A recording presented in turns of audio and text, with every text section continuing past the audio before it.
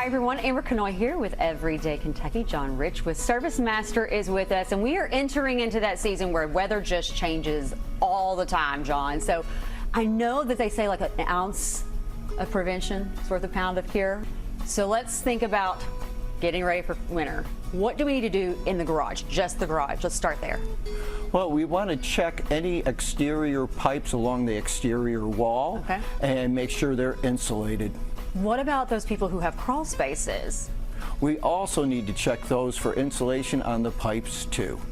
And aren't there those little like almost vents that we need to close off, I would think, during this time, where normally we've allowed them to be open to get, moisture out of the crawl space? Don't we need to close those to not be cold? Absolutely, Amber. I would definitely close them also. And then any exterior pipes that are on the inside wall should be addressed too. Oh, so like in a kitchen, we've seen this all the time before. You've got a kitchen sink on an exterior wall.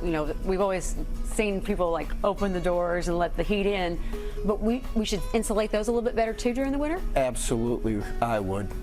What about the garden hoses? What you want to do is disconnect your garden hose because the water backs up and freezes. And in that regards, what it does, it freezes in the back of the hose bib, and then it causes kind of a fountain inside the home, and that's what you don't want. Yeah. Oh my goodness. Yeah. Definitely don't want that. We hear all those horror stories and everything, but we actually want to cover them too. Just disconnecting the hose really isn't enough. Oh, absolutely. You want to cover them and make sure they're well insulated. So let's say you've done everything, right? You've checked off all the things that you need to do for the winter, but it gets crazy. Things happen, and you still find yourself with a little bit of a disaster at home when it comes to broken pipes, water. What do you do?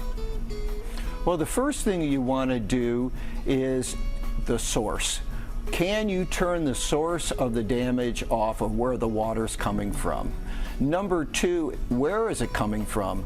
Be cautious. Is it near electrical, near plugs or your box, electrical box? You got to be very, very cautious about that.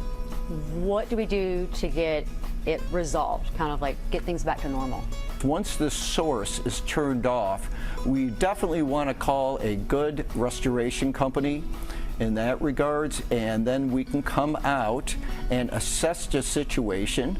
Once we assess the situation, we can begin the IICRC, which is our protocol to follow throughout the insurance industry in regards to drawing somebody out.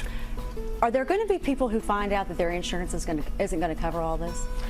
Yes, you definitely want to check your policy in that regards to any water damage, especially from outside water. That's where things get a little tricky with them, and it depends on your riders and all on your policy.